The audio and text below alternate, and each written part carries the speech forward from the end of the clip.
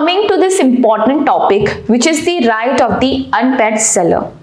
अब ये जो हमारा एक्ट है, which is the SOGA, the Sales of Goods Act, ये कॉन्ट्रैक्ट एक्ट से अलग इसलिए भी हुआ है क्योंकि कॉन्ट्रैक्ट एक्ट ये तो बताता था कि बायर और सेलर के बीच में कॉन्ट्रैक्ट हुआ है, वो किन टर्म्स पे होना चाहिए, कैसे हम मानेंगे कि ओनरशिप का ट्रांसफर हो गया है, कैसे एक ओनरशिप वॉलंटरीली ट्रांसफर होती है। सो ये सारी चीजें हमें बताता था इंडियन कॉन्ट्रैक्ट एक्ट। बट अभी भी ये साइलेंट था about the rights of the unpaid seller. Unpaid seller वो होते हैं जिनको, पहली बात तो सेलर से ही समझ में आ रहा है, जिन्होंने गुड्स को बेचना है। अब अनपेड सेलर वो है जिनको पेमेंट या तो फुली नहीं मिली है, बिल्कुल भी कुछ नहीं मिला है, उन्होंने गुड्स की डिलीवरी कर दी है या वो अभी करने वाले हैं, एंड लेकिन सेल कंप्लीट हो चुकी है। बिकॉज जब हम सेलर बोल रहे हैं ना, तो इट इज अंडरस्टूड कि जो सेलर एंड बायर की रिलेशनशिप है वो इस्टेब्लिश्ड हो चुकी है, तभी हम इस पर्सन को सेलर बोल रहे हैं। अब ये जो रिलेशनशिप है ये तभी इस्टेब्लिश होती है जब सेल कंप्लीट होती है। सेल कंप्लीट होने का मतलब है the transfer of ownership. In this case when the transfer of ownership is completed और जो सेलर है वो एक अनपेड सेलर है, तब उनके पास क्या राइट्स अवेलेबल होंगे, क्योंकि एक अनपेड सेलर वो भी हो सकता है जिसे कोई भी अमाउंट रिसीव ना हुआ हो। बिकॉज जब हमने देखा था कि sale is a transfer of ownership for the consideration which is the money, इनको कोई भी मनी अभी तक रिसीव नहीं हुआ है, या हो सकता है पार्टली इनको पेमेंट मिली है और जो पार्ट पेमेंट है वो अभी भी बकाया है, वो अभी भी बची हुई है। अब ऐसे केसेस ना कमर्शियल ट्रांजेक्शन में बहुत बार देखने को मिलते थे, because ultimately buyer is the one जो कि गुड्स को खरीदने वाले हैं। अभी उन्होंने पेमेंट भी नहीं करा है, लेकिन उन्होंने कॉन्ट्रैक्ट करा है सेलर के साथ, एंड हो सकता है कल को बायर अपने प्रॉमिस से पीछे हट जाए।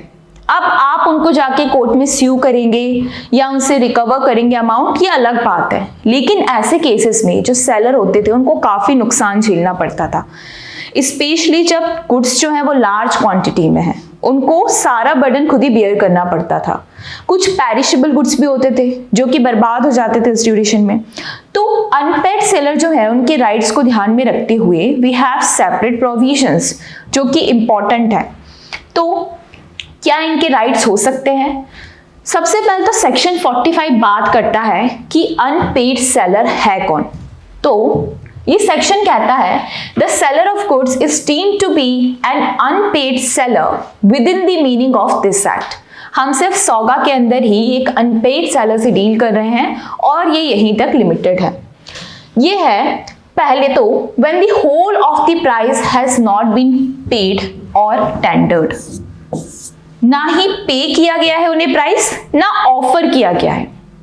कई बार होता है ना कि बायर जो है वो प्राइस ऑफर कर रहे हैं, सेलर को बोल रहे हैं कि आपकी पेमेंट ड्यू थी, लेट मी पे you, and seller is like कि अभी आप मुझे पे मत करिए, मेरा अभी कुछ काम है वो ड्यू है, मैं वो काम को कंप्लीट कर लेता हूं, उसके बाद आप मुझे पेमेंट कर दीजिएगा। So this will be called tendering of the money from the side of the buyer, and even that is sufficient. कल को सेलर ये नहीं बोल सकते 3-4 दिन बाद उन्होंने कहा था आप मुझे पे कर देना, एंड 3-4 दिन बाद सेलर जाके बायर पे केस नहीं करेंगे, बिकॉज यहाँ पे बायर ने उन्हें मनी ऑफर कर चुके थे, उन्होंने उसे एक्सेप्ट नहीं करा, वो अलग बात है। तो अनपेड सेलर वो होंगे जिनको ना ही पे किया गया है, ये तो समझ में आ रहा है, ना ही उन्हें मनी ऑफर किया गया या फिर उन्हें टेंडर किया गया कि ये लीजिए आपका जो भी पेमेंट बनता है आप ले लीजिए, तो उसे हम बोलेंगे अनपेड सेलर।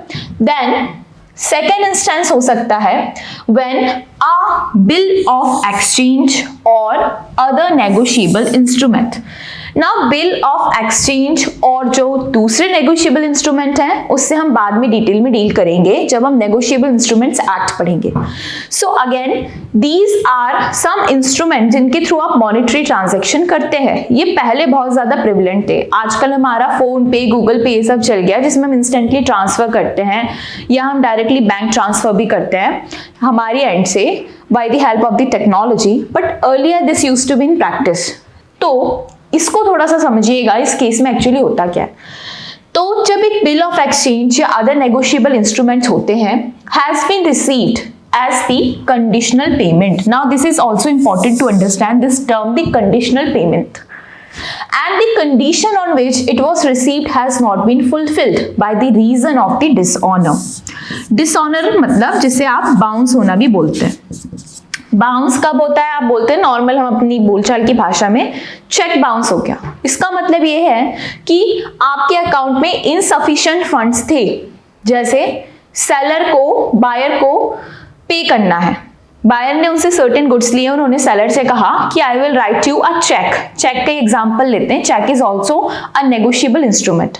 सो मैं आपको चेक लिख के देता हूं 5 lakhs का। सेलर ने कहा ओके, कंप्लीटली फाइन। अब यहाँ पे अभी तक जो सेलर है वो एक अनपेड सेलर नहीं है, बिकॉज उनके पास अल्टीमेटली एक नेगोशिएबल इंस्ट्रूमेंट है फॉर द पेमेंट। अब आफ्टर सम टाइम जब वो उसको बैंक में जाते हैं, जमा करवाते हैं, एनकैश करवाने की कोशिश करते हैं, तब उन्हें पता चलता है कि जो बायर हैं उनके अकाउंट में इनसफिशिएंट फंड्स थे, जिसकी वजह से वो जो चेक है वो डिसऑनर हो गया उसका। So in this case now this seller will become an unpaid seller. जब नेगोशिएबल इंस्ट्रूमेंट की हम बात करते हैं और नेगोशिएबल इंस्ट्रूमेंट जब डिसऑनर हो जाते हैं because of the insufficiency of the funds, तब हम एक सेलर को बोलेंगे कि अब ये एक अनपेड सेलर बन गए हैं, बिकॉज जिस नेगोशिएबल इंस्ट्रूमेंट के बेसिस पे उन्होंने ट्रांजैक्शन किया था वो ट्रांजैक्शन ही फेल हो गया है। So now this person will become an unpaid seller when जब उस नेगोशिएबल इंस्ट्रूमेंट का डिसऑनर होगा, या फिर हम जिसको बाउंस होना बोलते हैं। उसके पहले तक वो जब तक उसको बैंक में जाके जमा नहीं करवाते हैं, जब तक उनको चीज पता नहीं चलती है कि इसका डिसऑनर हो रहा है, तब तक ही is still a seller and not an unpaid seller. Always remember this thing. Then we have जो इसका सेकेंड पॉइंट है वो ये कहता है, in this chapter the term seller includes any person who is in the position of a seller, as for instance an agent. Now this provision includes an agent as well. Agent is the one who is acting according to the wishes of a principal. Agency का concept आपको पता है, ये अपने principal को represent करते हुए अगर किसी ट्रांजैक्शन में पार्ट ले रहे हैं तो हम इनको भी एक अनपेड सेलर के रूप में कंसीडर करेंगे, because this person is acting on the behalf of the principal. तो एजेंट को भी आप कंसीडर कर सकते हैं। मर्केंटाइल एजेंट का कंसेप्ट भी हमने कल देखा था। To whom the bill of lading has been endorsed. Now bill of lading को भी आप एंडोर्स कर सकते हो, दैट मीन्स आप उसकी डिलीवरी किसी और को कर सकते हो, आप उसे ट्रांसफर कर सकते हो। जैसे मैंने किसी के नाम पे एक बिल ऑफ लीडिंग लिखा, उन्होंने वो किसी और पर्सन को ट्रांसफर कर दिया, सो दिस कुड हैपन। ये अभी नेगोशिएबल इंस्ट्रूमेंट एक्ट में आप अच्छे से डील करेंगे कि किस तरीके से एक नेगोशिएबल इंस्ट्रूमेंट को आप एंडोर्स कर सकते हो आगे।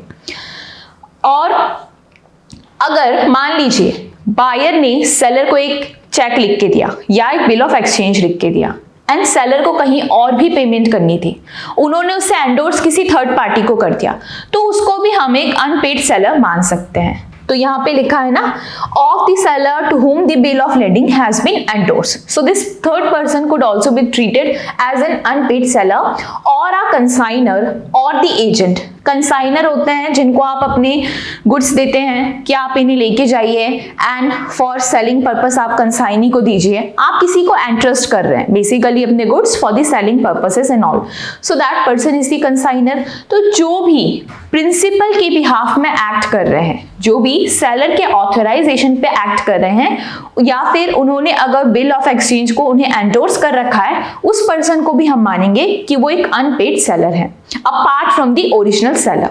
सो ये लोग इसमें इंक्लूड होंगे। And who has himself paid और is directly responsible for the price.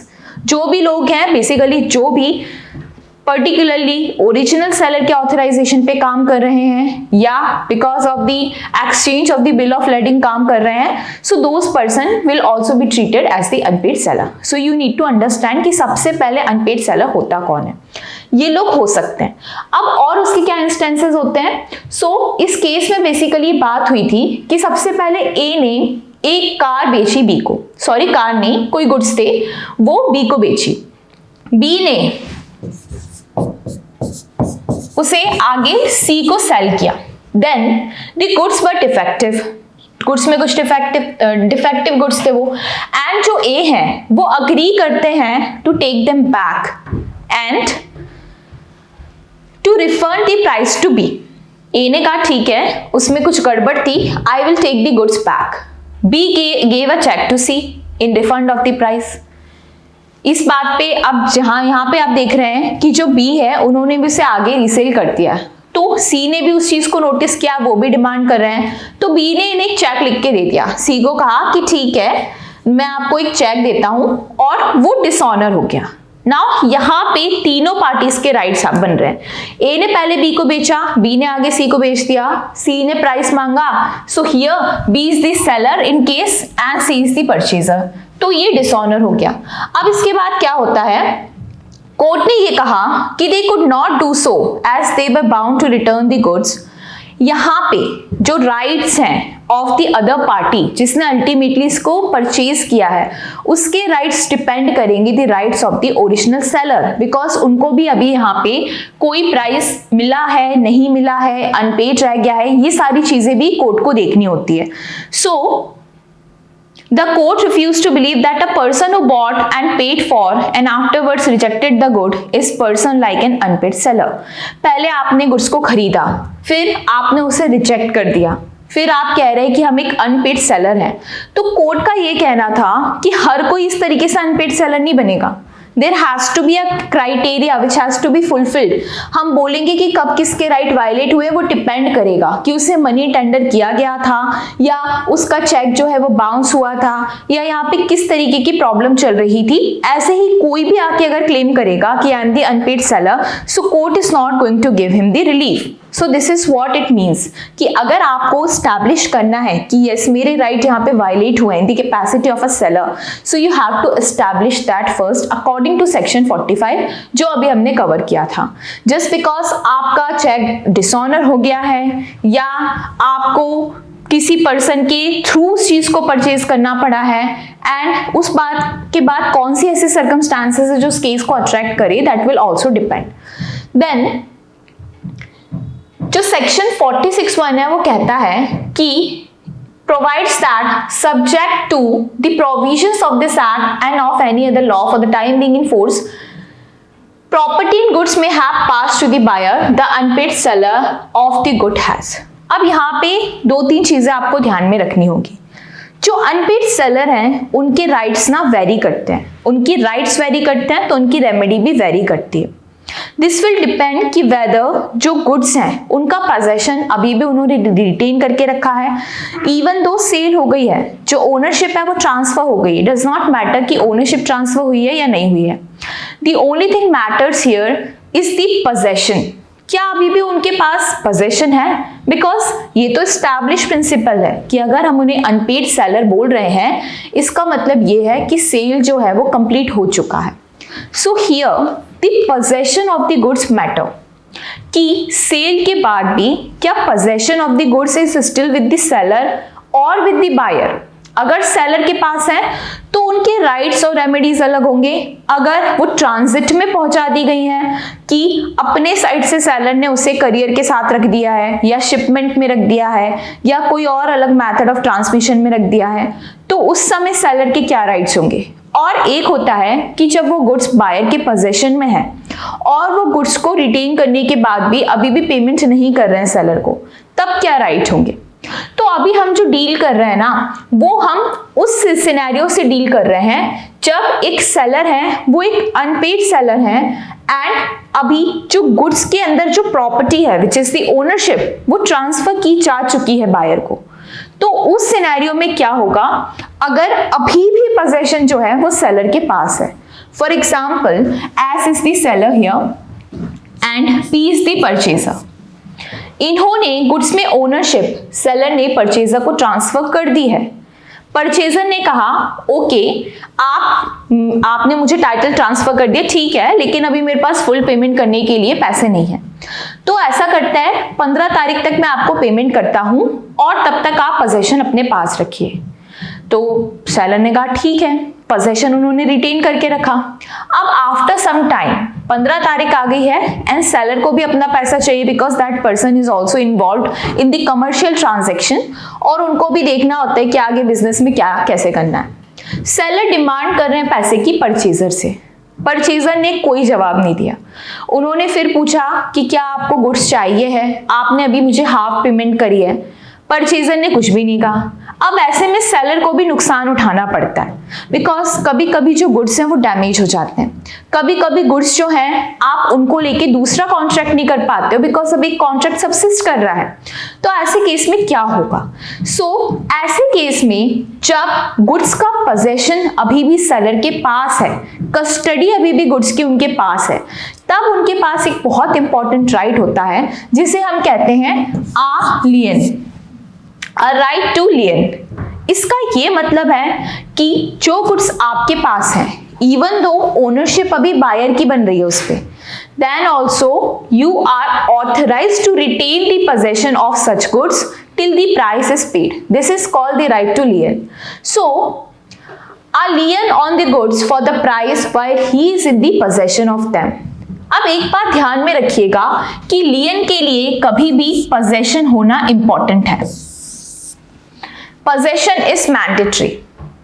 लियन is always about the possession and never about the ownership. यहां पे आपने देखा था सेलर से परचेजर पे ओनरशिप ट्रांसफर हो चुकी है, लेकिन पोजेशन अभी भी सेलर के पास है, तो वो राइट टू लियन को एक्सरसाइज कर सकते हैं।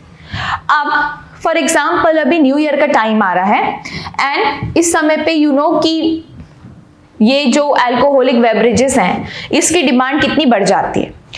ऐसे केस में क्या होता है, जिस सेलर है that person is engaged in the manufacturing और the production of the alcoholic beverages and the purchaser is the person who is coming to that person and asking कि मुझे डील करनी है with regards to so and so alcoholic beverages.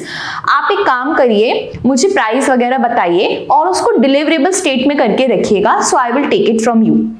तो seller is like okay ठीक है। इन्होंने कुछ down payment करी परचेजर ने सेलर को, और सेलर ने सारा स्टॉक तैयार करके रखा। अब परचेजर आ ही नहीं रहे हैं लेने के लिए, या उनको डिलीवर करने की कोशिश की जा रही है तो वो मना कर रहे हैं, वो प्राइस भी नहीं पे कर रहे हैं। तो ऐसे केस में क्या होगा, जो सेलर हैं उनके पोजीशन में वो चीज अभी भी है, वो लियन का राइट एक्सरसाइज करेंगे। अब उन्होंने जो भी पैकेजेस को पैक करके रखा है फॉर द डिलीवरी, वो उसको अपने पास रिटेन करके रख सकते हैं जब तक कि उनका प्राइस उन्हें पे नहीं किया जा रहा। जिस दिन परचेजर ने प्राइस को पे किया उस दिन वो उसको ट्रांजिट में रखेंगे और परचेजर के पास भिजवा देंगे। So this is an important right which is available to the seller even though transfer of ownership has been done।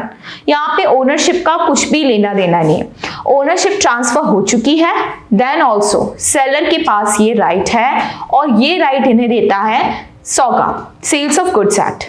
Okay, then इस राइट के बारे में डील करते हैं sections 49, 48, 47, 48 and 49।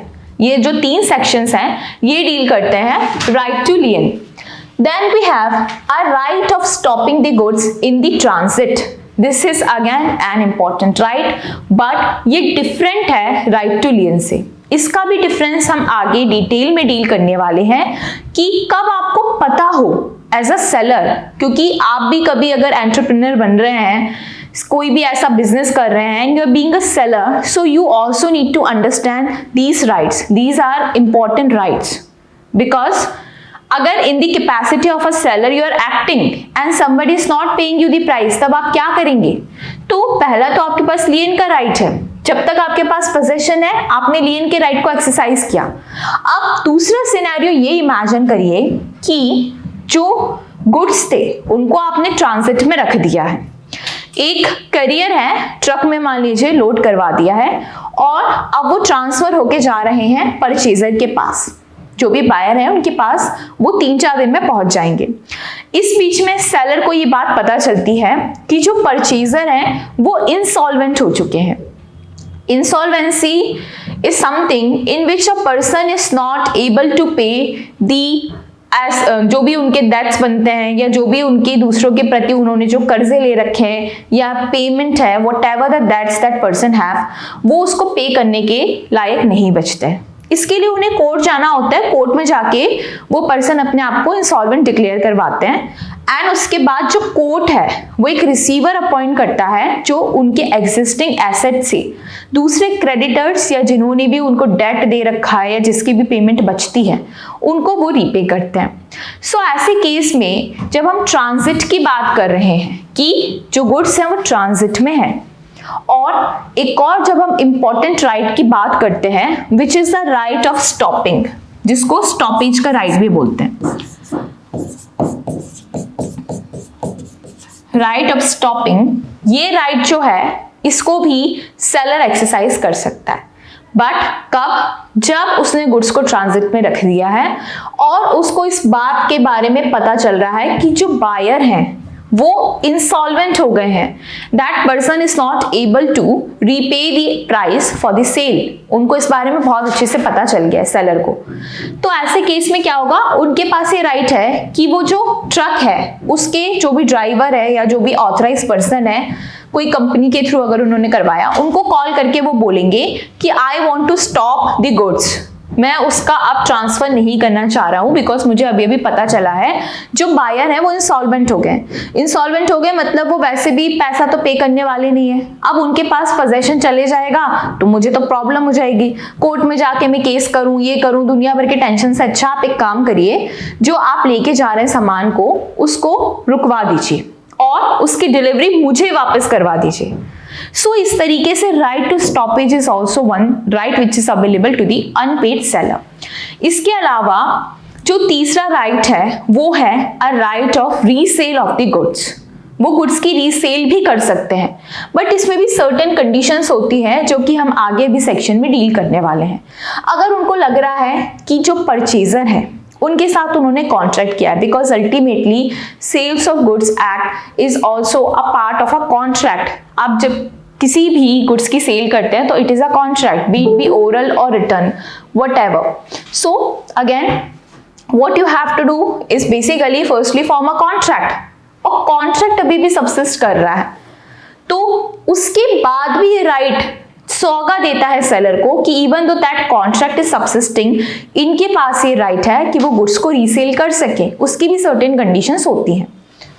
Then section 46 sub section 2 कहता है where the property in goods had not been pass to the buyer. अब पहले तो बात हो गई है एक ऐसे सिनेरियो की जहां पे ओनरशिप जो है वो ट्रांसफर की जा चुकी है, दैट मींस जो सेल है वो कंप्लीट हो चुकी है। एक ये भी हो सकता है, ये होता है सेल के केस में।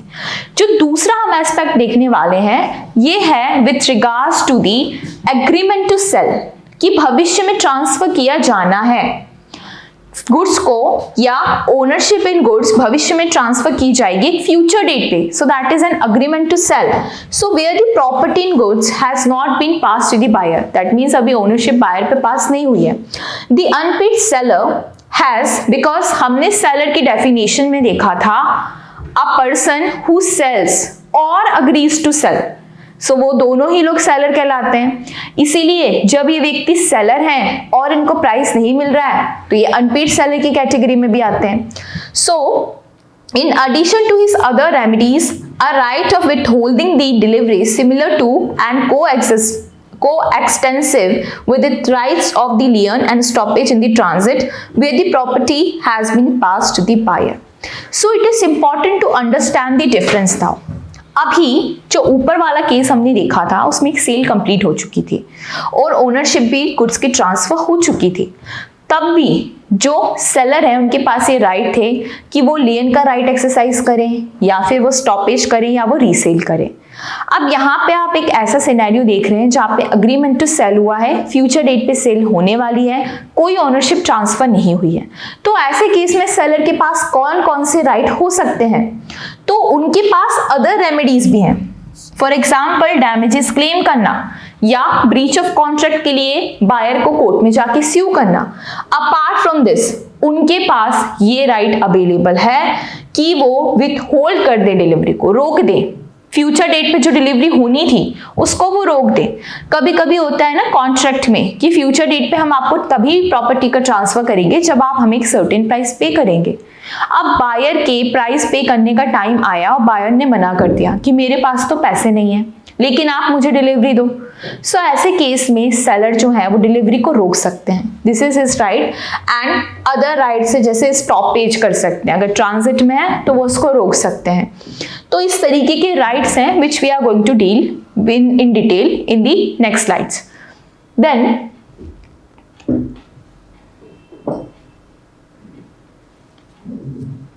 सबसे पहला जो राइट है सेलर का, वो दो तरीके से वो एक्सरसाइज कर सकते हैं। जैसे जब उनको पेमेंट नहीं मिल रही है तो वो अपने राइट्स को दो तरीके से एक्सरसाइज करेंगे। पहला तरीका है कि वो प्रॉपर्टी के अगेंस्ट अपने राइट को एक्सरसाइज करें। प्रॉपर्टी के अगेंस्ट जब राइट को एक्सरसाइज करते हैं तो हम बोल रहे हैं कि राइट टू लियन को आप अपने एक्सरसाइज किया, या फिर आपने ट्रांजिट पे रोक लगा दी, स्टॉपेज लगा दिया। प्रॉपर्टी है, वो गुड्स हैं, उसी के रिगार्डिंग आपने राइट्स को एक्सरसाइज किया है। आप अगर चाहें तो उसे रीसेल भी कर सकते हैं। तो ये जो तीन राइट्स हैं which is the stoppage, lien and the right to resale, ये कभी भी गुड्स के अगेंस्ट ही एक्सरसाइज होंगे। पर्सनली आप किसी व्यक्ति पे थोड़ी इन राइट्स को एक्सरसाइज करेंगे। गुड्स हैं, गुड्स पे आप रोक लगा रहे हैं, गुड्स की डिलीवरी पे आप रोक लगा रहे हैं। तो ये जो तीन राइट्स हैं कभी भी with regards to the goods होंगे। दूसरा तरीका है जिसके थ्रू अनपेड सेलर अपने राइट्स को एक्सरसाइज कर सकते हैं, वो है against the person, against the buyer. एक हो गया अगेंस्ट द गुड और एक है अगेंस्ट द बायर, जिसमें वो बायर के खिलाफ जाके कोर्ट में केस करेंगे, उनको ब्रीच ऑफ कॉन्ट्रैक्ट के लिए स्यू करेंगे या फिर डैमेजेस के लिए स्यू करेंगे। सो ये दो अलग अलग तरीके हैं जिस तरीके से जैसे चाहे सेलर जो उनको सूटेबल लग रहा है, जो उनको लग रहा है कि उनके लिए बेनिफिशियल है, उस तरीके से वो अपने राइट को एक्सरसाइज करेंगे। तो सबसे पहले हम देखते हैं कि जो एक अनपेड सेलर है वो राइट अगेंस्ट द गुड्स को कैसे एक्सरसाइज करेंगे। तो where the ownership of the goods has been transfer to the buyer, अभी सेल हो चुकी है, ये सेल का सिनेरियो हम देख रहे हैं बिकॉज यहां पे लिखा है ना ownership has been transferred. So this is the sale where the ownership in the goods has been transferred. तो सबसे पहले उनके पास जो राइट है which is the right to lien, and then second right which is available is the right of stoppage in the transit, ये भी हमने फिर से डिस्कस किया था। Then the right to resale, ये तीन राइट इनके पास है with regards to the goods and after the transfer of the ownership। इन चीजों में डिफरेंस समझते चलिएगा। एक होते हैं before the transfer of the ownership, एक होता है after the transfer of the ownership. Then on the other hand we have rights with regards to the goods and with regards to the purchaser himself. तो ये चारों अलग अलग चीजें, इसको अच्छे से समझिएगा। Then where the ownership of the goods had not been transferred to the buyer, in this case जो unpaid seller हैं वो in addition to the right to lien and right to stoppage in the transit and right to resale, उनके पास apart from those rights कुछ rights available हैं, जिसमें से है the right of beholding the delivery, वो उसको behold करके रख सकते हैं, वो मना कर सकते हैं कि मुझे deliver ही नहीं करना है। and then second है any other right। अब वो एनी अदर राइट क्या है कि वो उनको पर्सनली जाके स्यू करें, वो उनको कोर्ट में डैमेजेस के लिए लेकर जाएं, वो उन पे इंटरेस्ट को इंपोज करें, वो उनसे कॉम्पनसेशन मांगे, ये सारी चीजें हो जाती हैं any other right. First scenario is with regards to the sale and second is agreement to sell, जो फ्यूचर डेट पे एक सेल होनी थी उसके रिगार्डिंग जो आपने अग्रीमेंट किया है। देन अब हम जब बोलते हैं कि गुड्स के राइट्स तो थे, ये रहे राइट्स, लियन लगाया, स्टॉपेज लगाया, लेकिन जब हम राइट्स अगेंस्ट द बायर की बात करते हैं तो वो कौन से राइट हैं? तो पहला राइट है कि आप बायर के खिलाफ एक सूट फाइल करेंगे for the recovery of the price. जैसे 5 लाख रुपीस का अगर प्राइस तय किया गया था एंड बायर अब 5 लाख रुपीस आपको नहीं दे रहे, तो आप कोर्ट में जाके उन पे केस करेंगे कि आप मुझे मेरे 5 लाख रुपीस दे दीजिए। तो that is for the suit for the recovery of the price. सिर्फ आप प्राइस के रिगार्डिंग यहाँ पे केस करें, आपको और किसी चीज से मतलब नहीं है, ना आप इंटरेस्ट लगा रहे हैं, ना आप कोई और डैमेजेस लगा रहे हैं, ना आप उसमें ट्रांजिट का चार्ज लगा रहे हैं, नथिंग, जस्ट द प्राइस जिस पे आप लोगों ने अग्री किया था, बायर एंड सेलर ने अग्री किया था, उस हिसाब से यहाँ पे उसी प्राइस को सिर्फ कोर्ट में जाके मांगा जा रहा है। देन सेकेंड होगा suit for the damages for the repudiation of the contract before the due date of delivery of the goods, या फिर वो एक सूट फाइल करें कि जो उन्होंने डैमेजेस को इनकर किया है, जो उन्होंने डैमेजेस को इनकर करा है because of the repudiation of the contract. Repudiation आपको बताया था ये पार्टीज करती हैं। सेलर को अगर लग रहा है कि बायर उन्हें पैसा नहीं देने वाले, वो चाहें तो कॉन्ट्रैक्ट को रेप्यूडिएट कर देंगे। अब कॉन्ट्रैक्ट तो रेप्यूडिएट हो गया है, लेकिन जो उनको डैमेजेस उठाने पड़े उसके रिगार्डिंग तो उनके पास अभी भी राइट है कि वो कोर्ट में जाके केस फाइल करें। तो उन्होंने क्या किया, सूट फॉर डैमेजेस फाइल किया कोर्ट में जाके कि देखिए इन्होंने पहले तो मुझसे वादा किया था कि मुझे अल्कोहलिक बेवरेजेस आपके पास से लेने हैं और न्यू ईयर का भी टाइम था, मैंने इनके लिए स्टॉक को प्रोक्योर करके रखा, संभाल के रखा, फिर इन्होंने स्टॉक को लेने से मना कर दिया। अब इसकी वजह से जो न्यू ईयर पे मैं इसे डबल दाम में बेच सकता था और बहुत सारा प्रॉफिट कमा सकता था, वो प्रॉफिट में नहीं कमा पाया, सो इसकी वजह से मुझे इतना सारा डैमेज हुआ है। अब ये इसके लिए भी बायर को स्यू कर सकते हैं।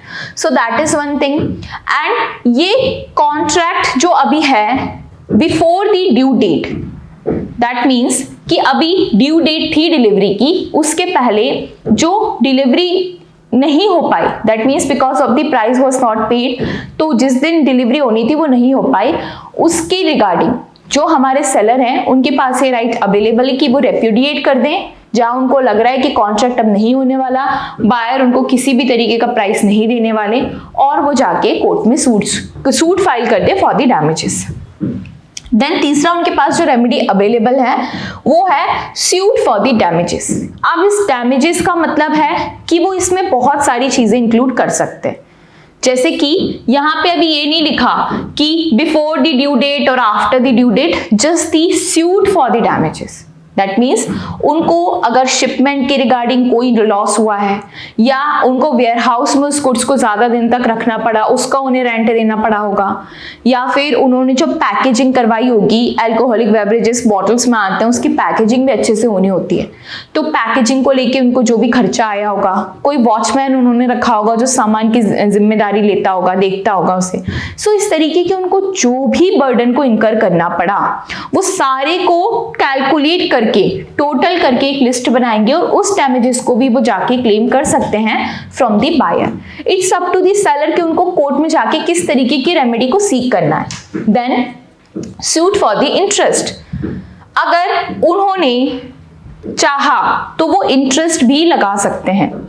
जैसे बायर को एक सर्टेन डेट पे उस सामान को लेके जाना चाहिए था, लेकिन वो नहीं लेके गए, और सेलर अगर उस दिन उस सामान को बेचते, जैसे कि अभी न्यू ईयर का टाइम चल रहा है, अभी कुछ चीजों की डिमांड बहुत ज्यादा है, अगर अभी आप उस चीज को नहीं बेच पाए और नॉर्मल डेज में बेचेंगे तो ऑब्वियसली आपको उतना फायदा होने वाला है नहीं, तो उसके लिए जो भी इंटरेस्ट बन रहा है उस गुड्स पे वो भी सेलर लगा सकते हैं और उसके लिए भी वो एक सूट फाइल कर सकते हैं। सो सेलर डिसाइड करेंगे कि उनको किस तरीके की रेमेडी चाहिए।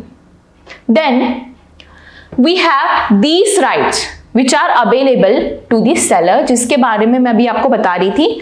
पहला है which is against the goods, और दूसरा है against the buyer. So to sum it up, we have this chart in front of us कि अगेंस्ट द गुड जो राइट है उसको कैसे एक्सरसाइज करेंगे। तो इसमें भी दो सिनेरियो हो सकते हैं। पहला सिनेरियो है कि जब जो property in the goods has been transferred, that means sale has been completed, एक ये सिनेरियो है। तो इस केस में क्या करेंगे, पहला राइट आपके पास अवेलेबल है, आप राइट टू लियन एक्सरसाइज कर लीजिए, दूसरा है स्टॉपेज का राइट एक्सरसाइज कर लीजिए, तीसरा है you can resell, this right is also available to you. दूसरा हमारे पास जो सिनेरियो है वो ये है जब property in the goods has not been transferred, that means अभी सेल यहाँ पे नहीं हुई है, सेल फ्यूचर डेट पे होनी थी, लेकिन महज एक कॉन्ट्रैक्ट हुआ था, एक अग्रीमेंट हुआ था कि प्रॉपर्टी को फ्यूचर डेट पे ट्रांसफर किया जाएगा। सो उस केस में राइट जो अवेलेबल है बायर सेलर के पास, वो है right of beholding the delivery. वो चाहें तो डिलीवरी पे रोक लगा सकते हैं। And then any other right, जैसे कि स्यू करना या फिर परफॉर्मेंस ऑफ द कॉन्ट्रैक्ट के लिए कंपेल करना किसी को कि आपके कॉन्ट्रैक्चुअल ऑब्लिगेशन है, आप उसको फुलफिल करिए, आप यहाँ से सामान लेके जाइए, मुझे प्राइस पे करिए, बिकॉज अभी सीजन का टाइम है, अभी ज्यादा प्रॉफिट हो सकता था, आपकी वजह से मुझे लॉस इनकर करना पड़ रहा है। तो इस तरीके की जो रेमेडीज हैं ये एक अनपेड सेलर के पास अवेलेबल हैं दोनों सिनेरियो में, in case of sale and in case of agreement to sell, जहां पे अभी सेल जो है वो कंप्लीट नहीं हुआ है और प्रॉपर्टी में ओनरशिप अभी ट्रांसफर नहीं हुई है।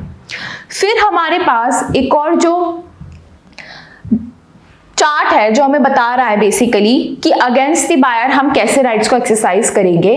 तो वो है, सबसे पहले तो आप सूट फाइल करिए फॉर द प्राइस और to resign the contract. You can even go to the court and court की हेल्प से भी अगर आप कॉन्ट्रैक्ट को रिसाइन करना चाहें तो आप कर सकते हैं। जरूरी नहीं आप रेप्यूडिएट ही करें, you can resign the contract, so that can also happen. Then we have suit for the damages. damages के लिए सूट फाइल करिए या इंटरेस्ट के लिए, जिसको अभी हमने डिस्कस करा था।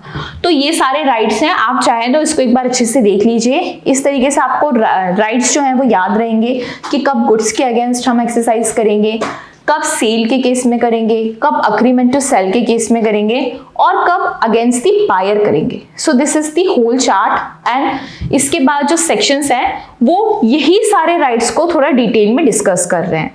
ऑलवेज रिमेंबर कि जो भी राइट अभी हम एक्सरसाइज करने की बात कर रहे हैं वो डिपेंड कर रहा है the possession of the goods and not upon the ownership. Ownership का अभी भी कोई लेना देना नहीं है, बिकॉज अल्टीमेटली ओनरशिप आप कितनी ट्रांसफर कर दीजिए। और आपको ये भी बताया गया था the sale is the transfer of ownership and the buyer becomes the ultimate owner of the goods. Then also जब तक सेलर को प्राइस नहीं मिलेगा उनके पास सर्टेन राइट्स अवेलेबल रहेंगे। So it's always about the possession और रिटेनिंग द पोजेशन। पोजेशन का मतलब है लियन आपने एक्सरसाइज कर लिया, पोजेशन को रिटेन करने का मतलब है ट्रांजिट को आपने रुकवाया, आपने ट्रांजिट से बोला आप अब जो भी डेस्टिनेशन है वहां ना जाके आप मेरे घर वापस आइए, गुड्स मुझे वापस कर दीजिए। So that can also happen.